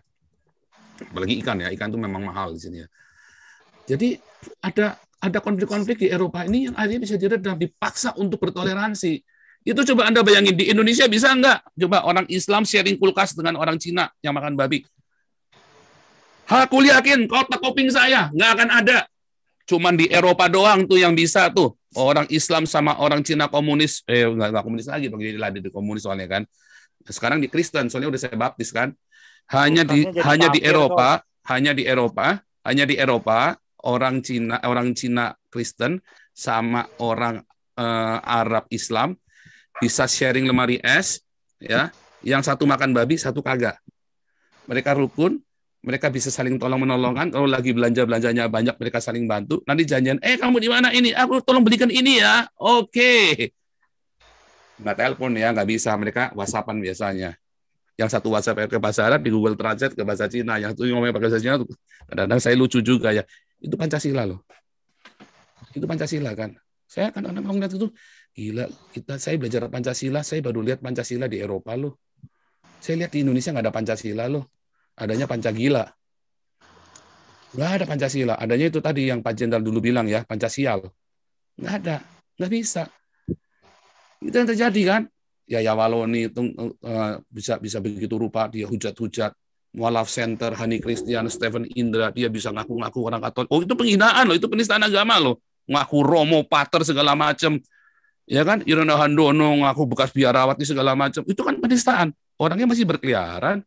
Kenapa sekarang kalian terus kejang-kejang begitu? Nah, kan kalian sekarang kan sebenarnya kan kalian sedang membuka kedok kalian sendiri. Betapa biadabnya kan sistem yang kalian bangun. Berarti apakah ada damai? Apakah ada rahmatan lil alamin di dalam Islam? Saya yakin nggak ada. Wah menghina, keparat, biadab. Wah, saya bilang, aduh bukan menghina. Saya kan merasakannya, kan saya melihat sendiri. Ini kan saya kan tuh di depan mata kalian.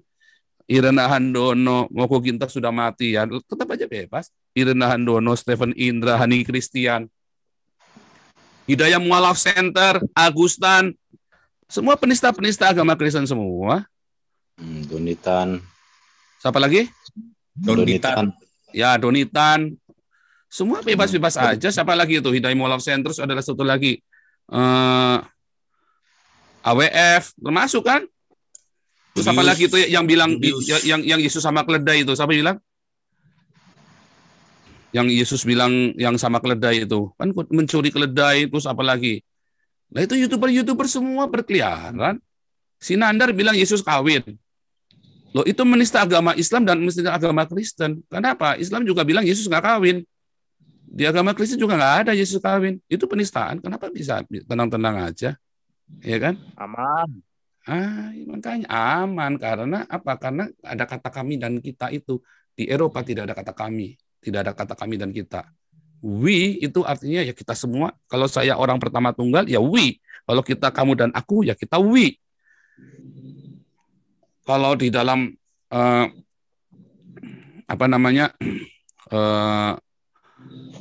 bahasa Jermannya pun juga sama. Nggak ada kami atau kita, nggak ada. Unsur ya unsur. Ya kan? Beda ya. Nah, itu kami dengan kita. Lalu kemudian di Indonesia bikin partai kami.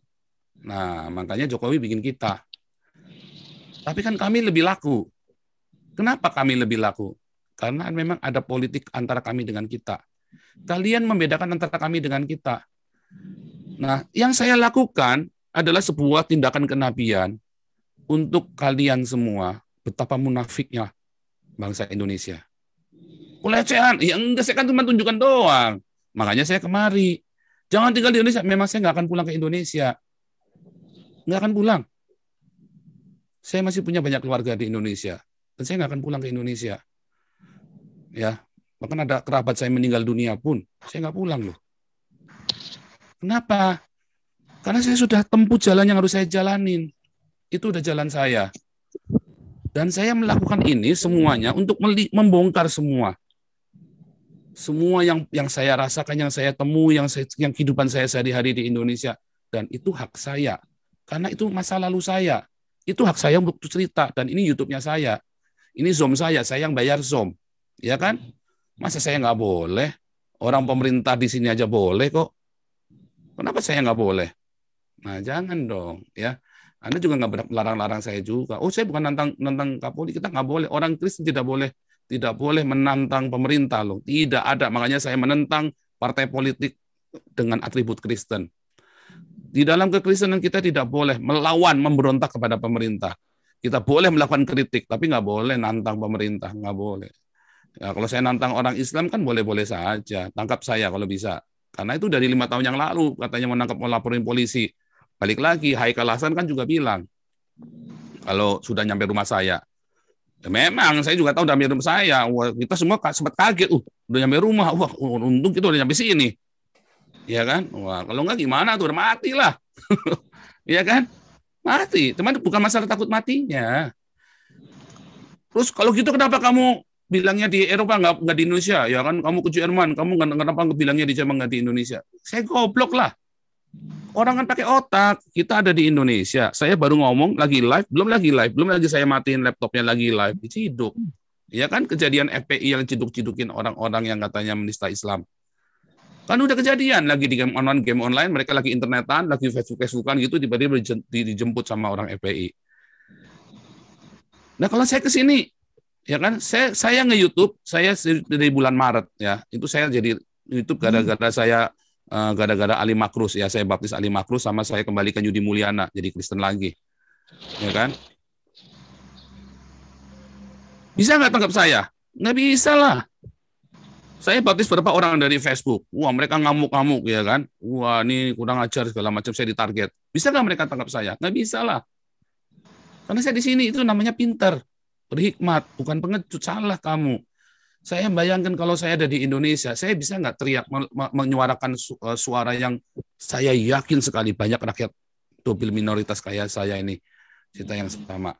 Kecuali kalian orang kaya. Kalau orang kaya kan takut diruwet-ruwetin kan. Tapi kalau kalian rakyat jelata yang dari kelas menengah ke bawah, kalian tahu rasanya.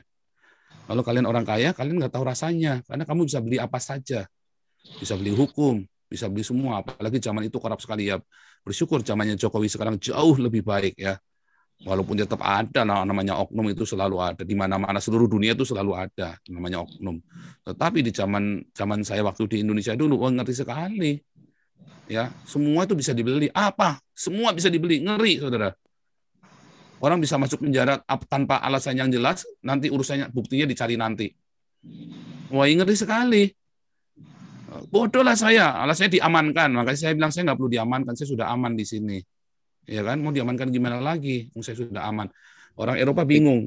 Loh, diamankan kok kamar di penjara, ketawa mereka. Loh iya, kalau di Indonesia namanya diamankan, kamu di dalam penjara daripada nanti masyarakat rusak, ya kan? Kalau kamu nggak ketemu, jadi lebih baik kamu ketemu dipenjarain supaya masyarakat jangan rusak. Oh, biadab sekali masyarakatmu. Aduh, saya bilang bener juga ya. Saya nggak kepikir dulu kata biadab. Saya baru ngerti savage itu ya. Oh, iya juga ya.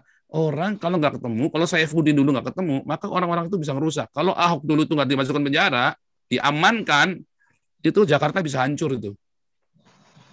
Berarti ada yang salah. Indonesia 70 tahun merdeka, kalian 70 tahun merdeka. Bukan merdeka ya, karena kan nggak berjajah. 70 tahun berdiri negara Indonesia itu. Indonesia berdiri 70 tahun, sudah 70 tahun lebih kalian berdiri. Ternyata kalian masih sangat primitif ya dibandingkan dengan Israel, ya kan, dibandingkan dengan negara-negara tetangganya kalian, Singapura dan yang lain yang lebih toleran. Kan lucu kan? Padahal kalian Pancasila yang begitu luar biasa filosofis itu yang kita belajar. Makanya dulu saya sempat jenuh dengan Pak Jenderal. Kita ini belajar begini, ya prakteknya nggak ada loh, cuma retorika doang. Nah, sekarang saya bikin supaya jangan cuma retorika doang, saya bikin nyata kan. Ayo, bisa nggak kalian berpancasila coba? Buktikan kalian bisa berpancasila. Oh, saya berpancasila jelas. Yang saya lakukan ini adalah sebuah suara kenabian. Anggap aja saya Nabi Pancasila kan. Yang menegakkan Pancasila. Nyatanya di sini saya nggak pernah bakar masjid, walaupun saya mayoritas, Kristen kan mayoritas. Nggak pernah saya suruh bakar masjid, nggak pernah. Benci orang Islam, nggak pernah. Kita bukan membenci orangnya, nggak boleh. Orangnya itu juga sama-sama tersesat. Kita membenci ideologinya yang mereka mau tegakkan, menggantikan Pancasila. Begitu ya, mudah-mudahan. Oke, Pak Jenderal, silakan. Oh iya, satu lagi pesan dari teman saya ya, yang dibawa-bawa. Saya kan suka bawa-bawa teman yang di Thailand, apa di mana yang ada ya, kemudian ada sebut itu ya, kemarin saya sebut nama. Terus juga yang di Kamboja, saya ada sebut nama kemarin. terus yang di Taiwan, terus yang di Singapura saya sebut nama yang di. Nah itu saya orang namanya begini kan cuma nyebut doang, ya. Wah langsung dikejar sama wartawan mereka. Belum bener ya kadang-kadang. Caranya begitu waduh. Padahal saya tiap hari nge-zoom kalian bisa masuk ke sini wartawan. Kenapa kalian malah nyari kemana-mana nggak ketemu sama orangnya langsung? Padahal kan saya nggak sembunyi kan, tiap hari saya nampak muka. Itulah pengecutnya kalian juga wartawan. Kalian nggak fair. Memang kalian itu sudah ada yang mengendalikan kalian untuk goyang pemerintahan yang sah. Kalian tidak memberikan pemerintahan yang berimbang. Coba berapa hari, ada nggak satu wartawan yang menghubungi saya? Baru Tirto, barusan saja ya emailnya masuk sama Jawa Pos. Ya kan, barusan. Sementara yang lain TV One, Metro TV, Kompas TV, ada yang menghubungi saya. Nggak ada, kalian juga bangsa juga, wartawan, nggak fair kalian. Kalian cuma kutip kata kalimat saya sedikit saja. Kalian tidak kutip itu seluruh video. Kenapa saya ngomong seperti itu? Betapa biadabnya tindakan yang di Serang itu, Pemda Serang itu. Nutup semua warung-warung itu. Kalian nggak fair. Kalian sendiri, wartawan, kalian kadun semua. TV One, Kompas TV, Metro TV. Nggak jelas semua kalian. Kalian nggak berimbang dong. Kalau di sini kalian bisa dituntut kalian, nggak profesional. Cuman kalian ada di negara Islam, jadi kalian pokoknya asal bela Islam menang, ya toh? Iya jujur aja. Sorry, sekarang kalian ungkap semua saudara-saudara saya, ya, rumah saya semua, kalian kejar. Kalian wartawan, kalau di Eropa kalian selesai loh di sini. Wah kalian bisa dipenjara loh. Itu kalian membuka privasi orang. Wah, ngeri loh di sini hukumnya. Jangan sampai, ini saya cerita ya. Pernah ada kejadian, seorang oma unggah foto anaknya, cucunya. Menantunya, dia nggak mau. Saya sudah suka publikasi. Di Facebook padahal, dituntut omanya itu. Suruh copot, omanya nggak mau, ngeyel. Nggak mau, ini kan anak saya. Ini kan cucu saya. Dituntut sama menantunya. Didenda si oma ini berapa ribu euro itu. Wah, kaget sih omanya dituntut. Oke, dituntut. Wow, dinaikkan ke meja hijau. Di Indonesia, kalian bisa berani bongkar-bongkar keluarga saya. Wih, ngeri kalian itu. Wartawan kalian. Nah, saya bukan teroris. Ya kan? Saya bukan pembunuh loh. Nah, kalian buka-buka privasi itu, ya. Karena apa? Karena kalian tidak profesional kerjanya. Ya kan? Padahal kan saya tiap hari di sini. Kali kamu tahu saya kan cuma tinggal di sini aja, tanya, kan masuk ke Zoom. Zoom itu terbuka, semua bisa ini semua, bisa speak semua, nggak saya mute. Setiap kali udah bicara gitu, kecuali saya lagi debat ya, debat saya mute semua. Jadi kalian nggak fair, ya kan? Kalian nggak fair. Wartawan kalian kurang ajar semua. Yang bagus itu Tirto Adi, belum dia naikkan, dia udah minta izin. Pak Paul boleh nggak saya hubungin? Boleh. Jawa Pos kemarin yang di Jerman. Ya kan, Pak Paul boleh nggak kita kontak? Boleh, kita janjian. Saya bilang itu fair, itu benar, itu pemberitaan yang benar, nggak kayak TV One sama Metro TV sama Kompas sama apa itu berita satu. Kalian itu namanya berita yang tidak berimbang, itu namanya nggak fair kalian. Kalian cuma kutip doang. Padahal setiap hari di sini orang-orang masuk Zoom saya itu orang-orang nggak jelas semua bisa masuk semua itu pakai nama-namanya apa? Susu, Raja Wali, Terangkan, Lidah Api. Saya buka nih ya. Ya, teman semua. Ya, Teo Buki, nama-nama nggak jelas semua tuh. Nah, sebentar nih, saya mau tunjukkan ke Anda semua nih. Saya share screen ya. Saya benar-benar, saya minta keadilan sama kalian orang Indonesia. Kurang ajar kalian wartawan nama saya. Nah, kalian mencederai kemanusiaan wartawan. Saya salut sama Jawa Pos. Wah, saya dari dulu memang Jawa Pos selalu salut. Saya nggak tahu kenapa itu kalau baca Jawa Pos tuh beritanya tuh, ini cari pasti yang akurat ke Jawa Pos. Dan mudah-mudahan tentang saya dia juga mau akurat. Mudah-mudahan, kita nggak tahu karena kan selalu ada oknum kan. Mudah-mudahan bisa tetap berimbang ya. Nah, yang berimbang dong. Jangan terus kalian kejar keluarga saya, nggak bener kalian. Kalau di sini nggak boleh kalian ungkap begitu. Nah, coba lihat ya namanya di sini. Oh, Cece orangnya kayak apa? Kagak tahu saya. Tambunan kayak apa? Kagak tahu. Alap. Wah, namanya aneh-aneh semua. Raja Wali. Kalau Opung Cece saya kenal ya. Terangkan, Lidah Api, Teo Buki, semua kan namanya aneh-aneh semua. Kalau Pak Endo saya kenal. Ya, ini kalau Pak Lengso jelas karena kan beliau kan ada di Eropa. Anak Medan, juga anak tahu Medan. Pak Paul. Nggak taunya anak Medan ini nggak taunya orang Purbalingga, kagak tahu lagi kan tetangga saya, bongil-bongil. Bongil apalagi nih bongil pakainya aplikasi. Pak Bahari ya saya tahu, Pak Bobi nggak jelas semua nih kan. Bram Napit. Nah, kalau ini Brigjen Junior Tobing siapa lagi nih? Oh ya ampun Pak Brigjen. Oh, ini orang jelas kalau ini ya. Kalau ini orang jelas ya, jangan macam-macam lu ntar di ntar lu dimasukkan ke dalam tank gitu. Ini Budiwan, Bunga Melati, Cuanki, ini semuanya kan. Pak Develop ini sahabat saya. Delima, Elisa, Ellen, nggak semua nih nama-nama semua. Gajah Mada nih, sekte Gajah Mada, Gajah Sakti, nggak jelas semua. Boleh masuk kok. Saya asli Pak Paul. Kalau nggak maksudnya kan artinya itu udah tertulis di Alkitab kok, kata Yesus kok. Tiap pagi saya di Bait Allah, tapi kok malam-malam datangin kebun Taman Getsemani itu kok. Betul. Yesus Tiap hari saya ada di Bait Allah. Kenapa kamu tangkap aku di Taman Getsemani? Malam-malam tengah malam pula ya kan? Nah itulah. Dan lucunya lagi memang Yudas itu ya, Yudas itu orang-orang Kristen itu. Ngeri ya. Kalian menangkan jiwa kagak? Ya, ngomong kagak apa? Nah, itu Yudas itu. Nah, ini saya belum cerita ya. Ini belum. Saya makanya nggak mau cerita semua apa segala macam ya. Biarlah klarifikasi dong, ya kan? Oke, silakan Pak Jenderal lanjut.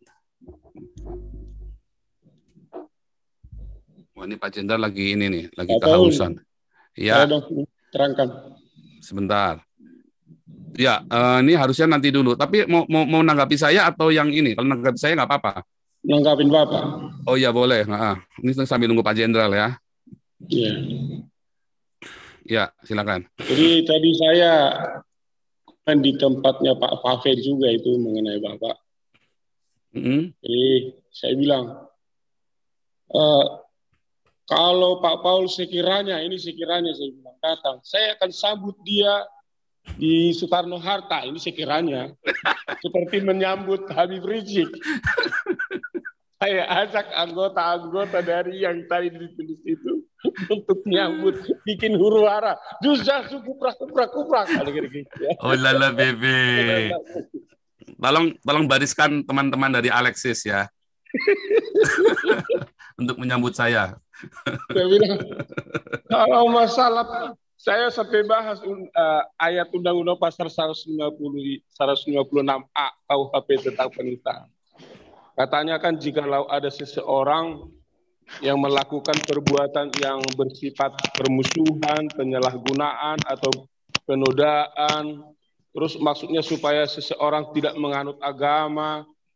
Nah, apa yang pernah kita bahas di sini? Semua nggak ada yang poin-poin tentang undang-undang. Sementara udah bertahun-tahun si Habib Rizik. Saya hormat sama Pak Jenderal nih. Terima kasih Pak Jenderal. Iya, ini kan saya baru salut sama Pak Jenderal. Ternyata beliau ini benar-benar jenderal, bukan sekedar jenderal. Bukan kaleng-kaleng, ini ngeri ini. Bonar. Betul, benar-benar naga bonar ini benar nih. Saya kasih tahu ya, ini sebelum masuk ke Pak Jenderal lagi. Mohon maaf Pak Jenderal, sekali lagi satu kalimat ya. Jadi apa yang kita pelajari hari ini ya. Kita ini sedang punya laboratoriumnya nih. Ya kan, kasusnya saya ini laboratoriumnya nih. Ya kan? Ayo, kita buktikan aja seberapa Pancasilanya Indonesia. Ya kan? Seberapa Pancasilanya Indonesia. Indonesia ini Pancasila atau khilafah. Sekarang semua khilafah itu, kadrun-kadrun yang ngaku-ngaku itu nasionalis, sudah buka topengnya semua. Ya kan? Udah kelihatan semua kan? Ngaku-ngaku partai solidaritas, ngaku-ngaku moderat, kan buka semuanya. Nah, bisa nggak kalian tangkap Yahya Waloni sama Tengku Zul sama si siapa itu? Tengku Zul, Yahya Waloni, lu siapa tadi? Saya lupa lagi. Abdul Somad dan Nandar, HMC, Julius itu mualaf kan? Cina Medan pengkhianat itu kan? Nah, bisa nggak kalian tangkap itu? Juma, ya semua penista-penista itu kalian bisa nggak tangkap semua itu? Nah, seberapa Pancasilanya Anda, termasuk pada Pak Polisi, seberapa kalian ngurusin saya, Pak Polisi ya, saya dengan respect ya, kan kita tidak boleh saya memberontak melawan, saya nggak boleh ngelawan polisi, nggak boleh. Cuma saya tanya kepada Pak Polisi, bapak-bapak sekalian, seberapa Pancasilanya Anda di depan mata, Anda nggak tangkap, jauh-jauh ke Jerman, Anda kerahkan semua sampai kalian bikin sibuk orang satu Jerman. Ya kan? Nah, repot. Nah itu. Ini saya gereja-gereja tolong ya. Anda juga nggak bisa tekan saya. Anda pun nggak pernah kasih makan saya toh gereja-gereja. Nggak pernah lah. Saya juga nggak butuh pengakuan Anda kok. Saya pengikut Kristus. Ya kan? Anda mau anggap saya pendeta atau bukan, ini PGI. Emang gua pikirin. Ya kan? Gunanya apa coba kalau saya pendeta atau bukan? Walaupun saya bisa tunjukkan bahwa saya pernah ditahbiskan. Gunanya apa? Saya nggak ada gunanya. Justru ketika saya benar-benar sembunyikan semua identitas saya, atribut-atribut yang saya gunakan, malah saya bisa bisa panen jiwa-jiwa banyak. Ya kan? Itu ya, itulah sebabnya saya lebih suka kata pastor daripada kata pendeta. Kenapa? Kata pastor itu artinya adalah gembala. Saya menggembalakan semua yang ada di Zoom ini. Ada dari Saksi Yehova, ada Oneness, ada Trinitas, kawan-kawan sahabat-sahabat saya, semua di sini. Ya kan, bisa kita terima. Bahkan ada beberapa yang Muslim, yang Muslim yang ikut di sini dengan duduk karena pengen dengar kuliahnya Pak Jenderal yang selalu rajin tiap Senin datang ya. Saya tahu mereka Muslim. Ya kan, ya mereka juga Pak ikut numbrang aja, nggak ikut ngomong, nggak apa-apa, kamu ikut ngomong pun nggak apa-apa, yang penting ini lagi kita kuliahnya Pancasila, jangan debat agama. Nah, mereka masuk, permisi, masuk, boleh, ya kan, nah, gitu Pak Jenderal, silakan Pak Jenderal. Baik, kedengaran suara ya? Bagus. Oke, jadi begini. Nggak jauh suaranya. Oh iya, agak jauh Pak Jenderal, agak jauh suaranya. Saya kira saya aja yang jauh. Agak jauh suaranya. Oke. Dengar nggak? Bentar, saya geser dulu lah. Kelihatannya ketutupan itu. Ya, silakan. Oke. Ya, bagus, bagus. Setiap bangsa, ya, manapun di dunia ini punya pusat kekuatan yang berbeda. Ini kita bicara pusat kekuatan. Kalau tadi saya katakan Pancasila pusat kekuatan kita. Bukan kitab suci, karena kita tidak berada di dalam kerajaan Tuhan. Contoh ya, jangankan setiap bangsa, setiap suku bangsa punya pusat kekuatan. Kebetulan saya suku bangsa Batak. Pusat kekuatan suku Batak ada di Dalian Natolu. Visinya orang Batak, ya, itu sama seperti visinya orang Cina, tapi orang Cina Tiongkok itu saya lupa itu bahasanya. Jadi kalau orang Batak dia punya visi Hamorao. Ya, nanti ya kalau ada orang Batak, tapi saya bicara bahasa Batak nggak apa-apa lah ya. Jadi yang pertama itu sebenarnya visinya orang Batak itu Hagabeon, Hamoraon, Asangapon. Yang artinya? Jadi, Hagabeon itu istilahnya kita punya keturunan yang banyak, keluarga yang banyak, Hagabeon. Tapi yang bermoral gitu loh. Kemudian Hamoraon, kekayaan. Kekayaan yang beretika, itu visi ya, visi. Kekayaan yang beretika, artinya beretika itu ya tidak korupsi gitu loh. Tapi kalau ada orang Batak korupsi ya sudah, memang darah DNA-nya memang DNA-nya lain gitu loh ya. Kemudian Hasangapon yang menjunjung tinggi kemuliaan. Jadi itu, tapi pusat kekuatannya ada di Dalian Natolu. Dalian Natolu itu ada anak boru, satu lagi hula-hula. Hula-hula. Nah, jadi bagaimana menghormati hula-hula? Hula itu saya tobing umpamanya ya. Istri saya boru regar. Saya harus hormat sama marga Siregar. Mertua. Nah, ya itu. Tapi saya juga harus manat merdongan tubuh. Manat merdongan tubuh itu saya dengan sesama marga. Nah, itu pusat kekuatan orang Batak. Seandainya itu nggak ada, wah Batak bisa bunuh-bunuhan itu. Ya sebenarnya saya sama Pak Jokowi kan sudah jadi marga Siregar itu. Ya mau nggak mau dia raja saya itu. Nah, karena di rumah boru regar, ya kan. Jadi, tapi saya nggak menjilat-jilat lah ke presiden, ngapain? Saya punya karakter sendiri kok, ya kan. Tapi inilah, setiap bangsa punya pusat kekuatan masing-masing. Kalau Inggris, Pusat kekuatannya di mana? Di rajanya, di ratunya. Kalau Thailand juga di rajanya. Nah, sekarang pusat kekuatan bangsa Indonesia tadi di mana? Itu tadi semangat persatuan dan kesatuan itu. Ini harus disampaikan kepada kepada seluruh generasi muda, generasi Z yang sekarang itu tidak mengenal lagi mereka pusat kekuatannya di mana. Apalagi generasi Z ini punya karakter yang berbeda loh ya. Kalau saya masih generasi X.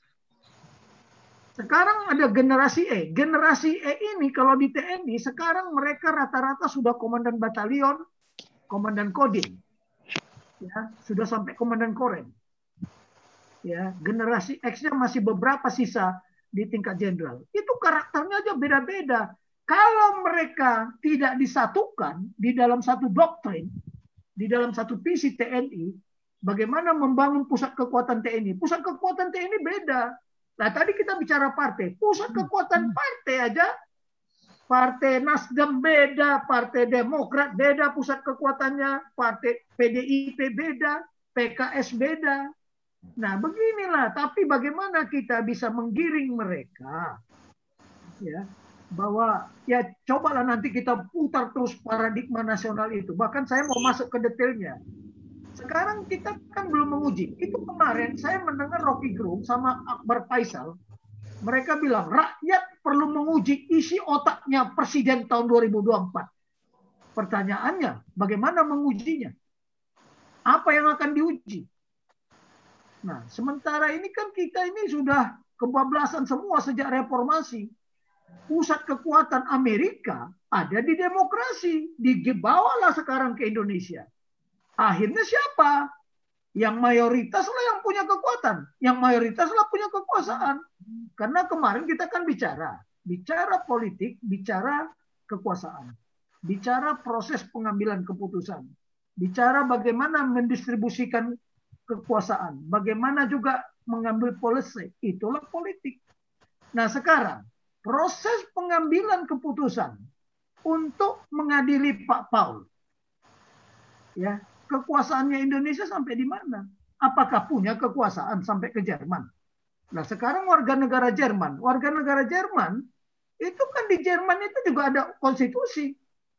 Karena semua negara punya kewajiban loh ya, bahkan punya keharusan melindungi segenap warganya. Termasuk kita juga melindungi segenap bangsa Indonesia. Nah, kalau sekarang Pak Paul walaupun dia bisa berbahasa Indonesia, tapi dia sudah bukan warga negara Indonesia. Makanya sekarang di era globalisasi ini yang menjadi penyebab globalisasi ini istilahnya tanpa batas, tapi tetap ada batas-batas konstitusi, batas-batas negara tetap ada di dalam paradigma. Nah sekarang kalau Pak Paul berani ngomong segala macam seperti itu, ya memang dia punya sumber kekuatan, pusat kekuatannya ada, dia sebagai warga negara Jerman, kan begitu. Kalau saya sekarang, wah malam ini juga saya langsung diciduk kalau saya menista agama. Tapi saya tidak mau menista agama. Karena bagi saya, agamamu. Kemarin kan saya sudah komentar. Agama mendidik kita menjadi baik, bukan membunuh orang. Tetapi hidup beragama, ini yang bahaya. Fanatik kan. Nah, semangat yang dibangun, semangat jihadis. Bukan semangat persatuan dan kesatuan. Saya juga heran ya. Bagaimana seorang anak kecil, bagaimana seorang istri rela jihad. Nah ini kan hebat ini. Dan dianggap pahlawan. Bangsa ini semakin lama semakin berat. Kita belum bicara kemarin masalah teroris itu belum selesai sebenarnya. Saya ingin mengundang Pak Asad Mbai sebenarnya. Ya, saya ingin mengundang Pak Asad Mbai supaya kita nanti bicara masalah teroris dan radikal ini. Kalau tadi Pak Dio Tambunan ya, yang menyampaikan Pak TB Hasanuddin, itu senior saya, 74 itu. Rating 74, angkatannya Pak Prabowo Suwanto. Dia bilang apa? Radikalisasi itu gagal. Ya, bertriliun-triliun duit. Nah, saya kan triliun nih. Bayangkan nih, triliun duit gagal menurut TB Hasanuddin. TB Hasanuddin kan itu anggota DPR. Ya, dari partai PDIP. Nah, dia orang, ya namanya aja tuh bagus, ya udah tahu lah dari mana kan. Nah, yang begini-begini ini kita tidak membangun pusat kekuatan. Tadi ada Pak Dio juga yang bilang ya, bahwa banyak Kristen Sontoloyo, siapa tadi seperti itu ya, banyak pengkhianat. Nah itu tadi karena kita tidak membangun pusat kekuatan ya orang percaya. Bagaimana kita membangun pusat kekuatan orang percaya? Coba kalau kemarin Yosua Tewu ribut sama Pak Mangapul Sagala, iya kan, ribut dengan siapa, Tamparagi, ribut dengan ini. Aduh, saya jadi bingung. Katanya denominasi, saya nggak ngerti apa artinya denominasi itu. Berarti kan tidak saling menguasai kan itu. Nah yang begini-begini kita ngomong, tapi implementasinya kok kacau balau. Makanya saya bilang ini adu gembala, sudah adu gembala, adu domba.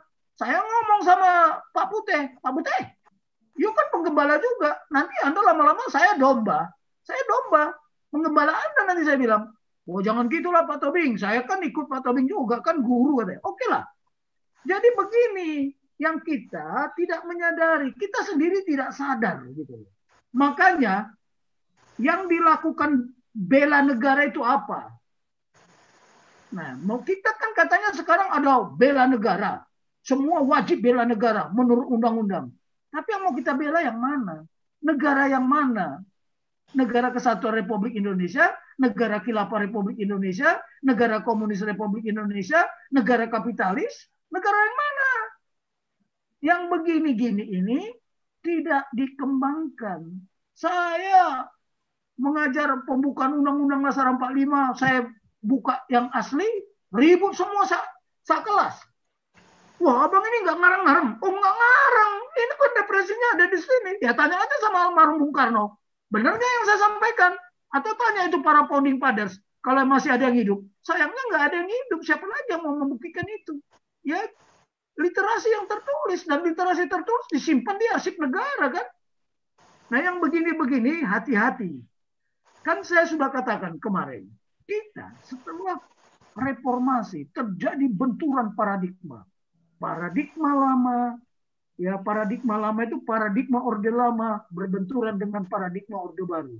Paradigma Orde Baru berbenturan dengan paradigma reformasi. Belakangan terjadi lagi paradigma reformasi berbenturan dengan dogma. Sekarang ini kita pada saat situasi antara dogma dengan dogma. Diobok-obok. Cobalah. Muncul istilah paradigma apa? Terminologi kafir dan non-kafir, pribumi, non-probumi, mayoritas, minoritas. Ini kan tidak membangun semangat persatuan dan kesatuan. Kalau Pak Dio Tambunan kemarin, memang kelemahan bangsa ini, pertama kan sudah dikasih tahu. Buka aja buku, bukan saya yang mengatakan itu ya. Ya, Mukhtar Lubis yang sudah almarhum mengatakan, bangsa Indonesia memang dari dulu, ya sifat feodalnya nggak hilang-hilang. Munafik, tidak jujur, pendendam, macam-macam lah. Nah, itu kan kelemahan kita. Nah, kelemahan itulah yang dipakai untuk menghancurkan negara ini. Kita kan sudah bilang, kita harus waspadai. Kita tidak berperang. Kita tidak perang loh. Tidak dalam situasi perang. Dengan negara mana kita perang? Nggak ada. Ya, ketika kita mau berperang dengan Malaysia, ada ASEAN. Ada ASEAN Community. Nggak bisa, kita nggak boleh terjadi perang karena ada saling mengamankan, kan begitu, saling menjaga. Tetapi kita perang sesama anak bangsa. Jadi kalau Pak Gajah Mada bilang, oh saya mendapat dari Jenderal Gatot Nurmantio. Gatot Nurmantio itu murid saya. Dia salah menerjemahkan proxy war itu. Makanya kita konflik definisi. Konflik terminologi, apa proxy war, apa proxy konflik among the people. Kita ini sekarang proxy konflik among the people. Perang itu udah pasti konflik, tapi konflik belum tentu perang. Buka definisinya, makanya jangan membawa terminologi yang membuat kita menjadi bergeser. Mindset berpikir kita. Saya nggak berani. Saya tidak berani kalau tidak berdasarkan terminologi. Makanya saya coba ketika saya belajar strategi, kenalilah kekuatanmu. Kekuatanmu itu bisa negara, bisa kelompok kelompok komunitas, bisa juga ya kelompok agamis umpamanya. Kenalilah pusat kekuatan itu. Karena itu penting. Coba ya, kita ini, saya ke Thailand tuh mungkin sudah ada 50 kali lebih tuh. Nanti saya tunjukkan dokumen saya bagaimana saya mengajar pasukan-pasukan internasional. Nah di situ jangan coba-coba menghina raja. 70 tahun hukuman penjara. Itu ada orang barat coba-coba bule menghina raja. Langsung masuk penjara. Nggak ada komentar. Nah, tapi kalau di Indonesia menghina presiden kan masih suka-suka gitu. Presiden aja dihina kok. Ya kan? Nah, yang begini-begini ini kita tidak membangun. Kapan kita mau membangun? Di mana kita mau membangun? Komunitas mana? Sementara saya katakan, kelompok yang tidak suka dengan nasionalis, anti Pancasila, mereka